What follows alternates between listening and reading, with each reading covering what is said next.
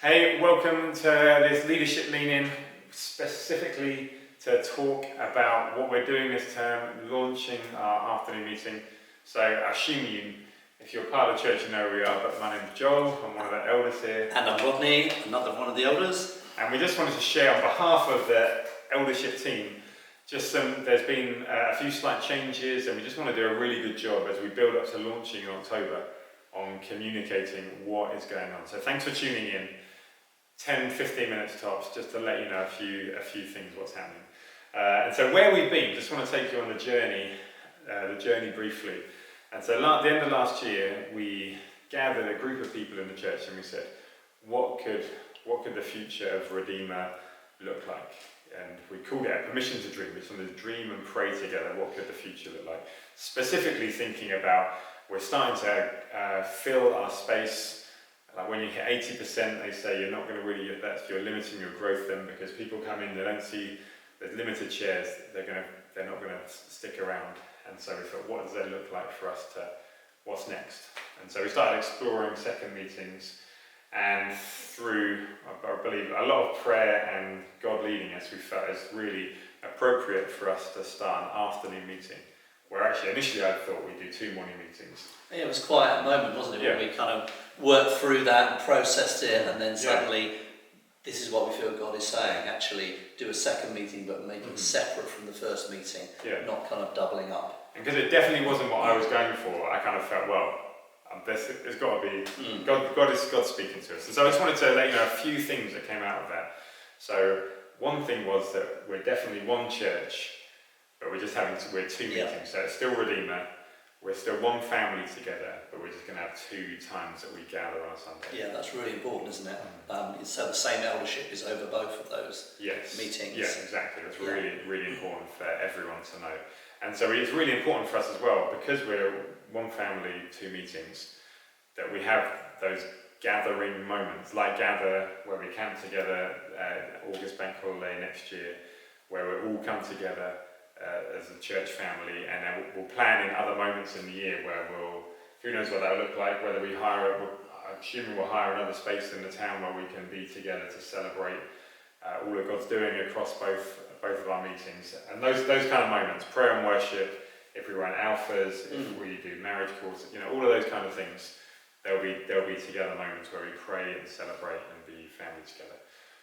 But one of the benefits, although we're one church, 2 meetings, a benefit is that we get a planting mentality, which is important. Yeah, absolutely. I think this is a great opportunity to develop a culture of what would it feel like to be in a smaller setting. What would it feel like to be where there's a little bit more all hands on deck, where if I'm there, it's crucial I'm there. If I'm not there, I'm really missed. And really, we want to be a church that's going to plant churches. We've had words about, one church becoming 5.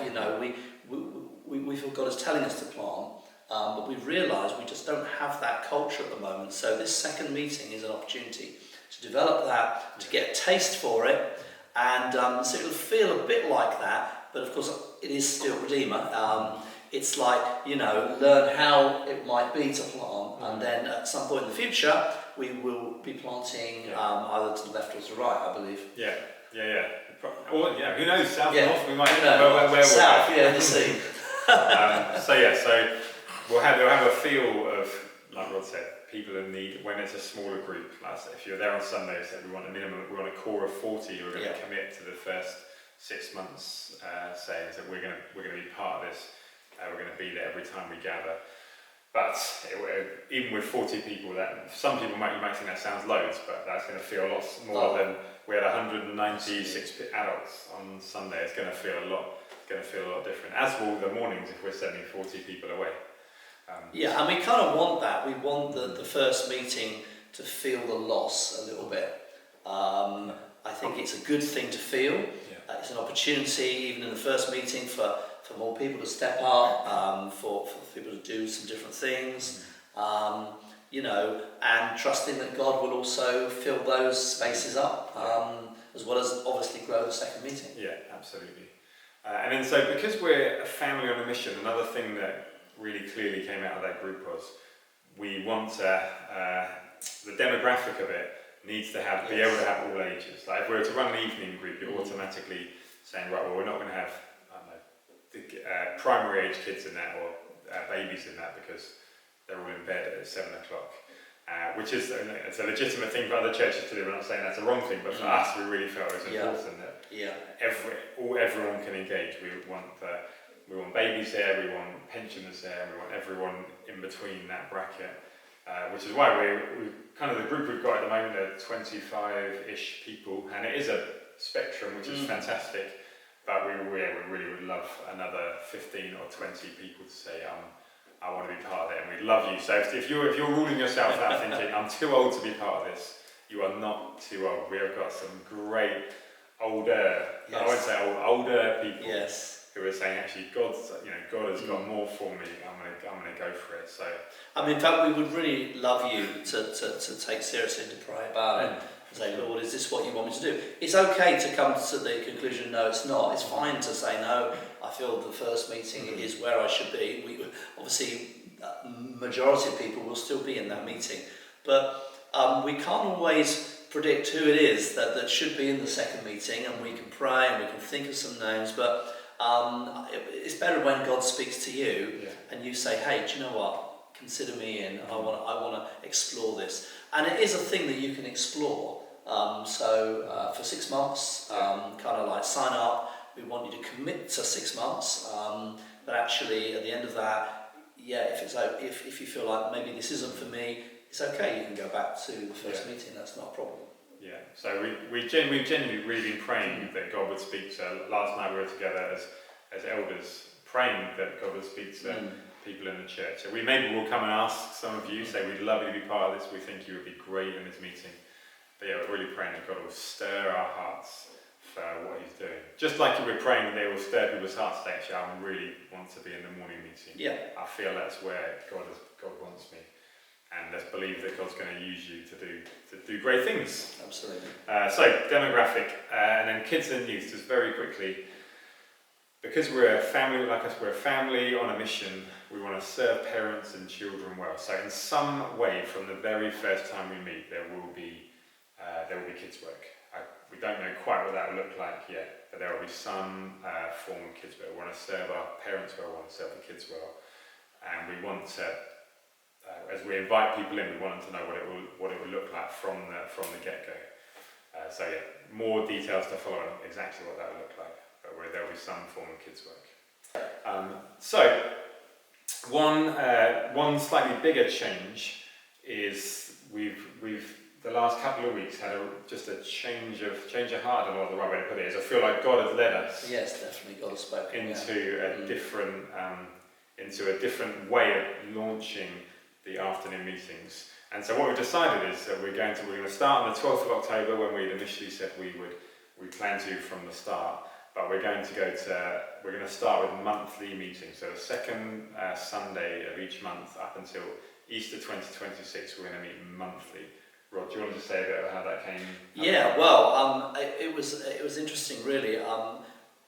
We had a staff meeting, we were going to get together, and then basically Fuzi turned up. We weren't expecting him to turn up. He didn't knock on the door and we were surprised, but he was meant to be up in London, but actually a little bit of a miscommunication or mix-up, and we had him in Worthing for 2 days, which was wonderful. So good. And so really we were just talking to Fuzi about the meeting, sharing our heart. He was asking questions, and really we felt the Holy Spirit guiding us through that and through Fuzi's advice, because they've done a lot of this in City Gates Church. They've launched what they call runways, several different runways at different times, different meetings at different times around the city. And they're quite strong on starting monthly, building momentum, gathering a group of people to get a critical number. And so we felt 40 is our critical number. Yeah. That's what we're looking for. More is fine, but a minimum of 40 just to start with. Yeah. And so it will help us to kind of like build that momentum, get used to knowing what we're doing, but do it well right from the beginning. So it's a quality meeting right from the beginning, and then when we get to that second week in April, which is the week after Easter Sunday, I believe, we then go weekly from that time. Yeah. And so, like I said, it felt like a real, just a blessing of God that bring Fusi to us and unexpectedly for those 2 days, and specifically for that afternoon with us as part of the staff team. And so, we really want to do things well. We don't want to bodge things, because we want people to. Even last night, just praying that in that first 6 months, how amazing would it be if we saw someone get saved, because they invited their friend along, they've encountered Jesus, they may never have come in on a Sunday morning, but they've turned up on an afternoon on one of those 6 times together, and they've met God. I think we should be praying for those kind of things. We want that missional focus, like I said on Sunday, for our afternoons, but it should ramp up our expectation and what we're praying for the morning as well. And so we want it to be great. We want it to be something that people are going to want to invite friends, family, colleagues, whoever to. And so the once every month thing, there are a few things that, not purely because Fusi says it, so we thought, great, let's do it. Really felt God was in it. There are a few things that really help us with it. One is just making the transition slightly easier for the people who already know they're going to be part of it, who we're asking already to stay serving once a month as we ease the transition, but losing people to people going to the afternoon. It makes it easier for them having the once a month. It makes it an easier ask. So if you're watching this and you're thinking, maybe I wasn't sure, but actually I can commit to once a month, because the people who are we want people to commit their initial launch teams. Yes. That are going to be there for obviously if you're in hospital or something, or you've got some massive holiday already planned, don't worry, but we want people to commit to those times, and it just makes it easier if it's once a month is an easier commitment. So that's another reason, and then in between meetings we can gather people. So the plan is to have groups. So the 40 that are going to be part of that, we're going to split them. I think, don't hold us quite to this, but into 3 groups. We hope to have 3 groups, don't we? Yeah. That will gather either weekly or fortnightly to pray and be together, build relationships together. And it just helps us plan and build up to it. But also the monthly thing as well, it enables people to carry on the rotas on the first meeting, and so it keeps the quality of the first meeting, because we don't want to, push so many resources into the second that the first meeting really has a dip in quality, but at the same time we want the second meeting to be quality. So it's a way of kind of making both things work at the same time. Which should be good. Yeah, and just as elders, just so you know, it's really important that you're aware that we are fully in on this, so we're going to be there. I mean, Rod's in South Africa for one of them, so we won't expect him to fly back specifically for that afternoon. No. But we're committed, so we're going to be there every time we can. We're in the country. We'll be we'll be at those afternoon meetings, and beyond, obviously, when we launch weekly at Easter. Then we'll make as many as we can, but that might change. We'll see, I guess. But we want elders are still fathers at both meetings. Oh, absolutely, and there will always be elders at the second meeting, like there would always be an elder at the first meeting. I mean, there's usually one Sunday a year, usually in August, when we think, is there an elder still? We usually get one. Yeah. There's usually one that's there. There would always be elders at the meetings. It's really important. Yeah. So. And it's just a massive. Although you might think it's a really small step, but in some ways I completely agree with that. In other ways, it feels like a really big step of faith for us, just to believe God for more, to lose some of that comfort of the morning meeting where we're going to lose the likes of Theo, who spoke so well the other week, and so passionately about his heart for that second meeting. And he's going to be a loss to us when eventually that we cut his ties with the creative or the whatever Sunday morning stuff. He does so many things. We are going to feel the loss of those the solid gold bunch that we're sending to the afternoon. But we really believe God is in this, and that more fruit's going to come for it. Yeah, it's exciting, and the thing is, we're growing as a church, so we actually have to do something. But you multiply into 2 meetings when you're growing. You do it when you're on an upward trajectory, as it were, and we're on that trajectory. So this is a good time to have to launch a second meeting, and really, to expect to see the growth continue. I mean, we do map growth. It'd be interesting to see quite how that works out, and the two meetings together. Yeah. But you know, this is an exciting time. I feel this is a really crucial moment for Redeemer. I feel, you know, after all that we've been through, you know, and when we came out of the pandemic and coming into the Gilbourne Centre, and you know, Joel taking on the leadership of the team, and we've been through a lot of changes. And actually, this is now a really momentous occasion where all that we've been building to now, and the growth that we've seen over the last few years, which has been really good.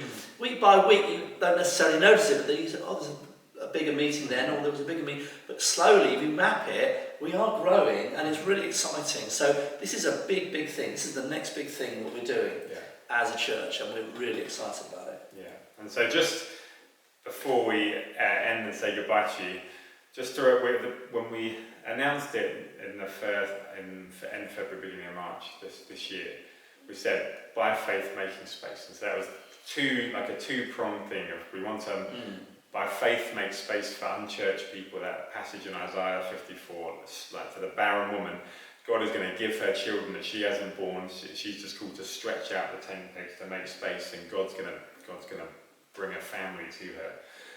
And so we want to make space for people who may never come in the morning meeting, and we're going to make space in the morning meeting because there are going to be chairs that are empty that people have left to go to the afternoon. But we also want to, by faith, make space for gifts to grow, just like we say goodbye to Pete in a couple of weeks' time. That's a big space that's going to be left as Pete and Kath leave us. And there's opportunities for other people to step up and grow in their gifting, just like we saw, you know, the guys, loads of ways, but including the guys who preached in August with Tom and Nathan and Theo. We want to make space for them, and make space for all sorts of other administrative gifts and hosting and leading meetings and leading teams and whatever it might look like. By faith, we want to make space. Yeah, so don't limit yourself to where you're at now. Believe that God is working in your life. Don't settle.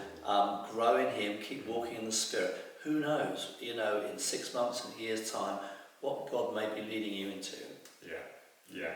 And so just a couple of things coming up this Sunday, if you're watching before Sunday, Trinity, we have the privilege of going to celebrate with them in the afternoon, 3:30, as they recognise Martin and Jake and Phil as elders there. It's just an incredible journey they've been on. It'd be great to be able to just go and celebrate with them if you're around. 14th is Pete and Kath Super Saner Sunday. As well. I don't think we're actually calling it that, apart from me. We just did. But we get to celebrate. We get to thank them. That's going to be a great time. And then 21st, we've got baptisms. Yes. We're going down to see. We've got eight people. We're baptising 8 people. And wouldn't it be great to pray for next year and the years gone that would be kind of the minimum number that we're baptising. So I think we've gone over. I said 15 minutes tops. I think we've probably been 20. But thanks for sticking with us. Please do continue to pray with us for the mornings, for the afternoons, for all that we're doing. Thank you. God bless. Bye. Bye.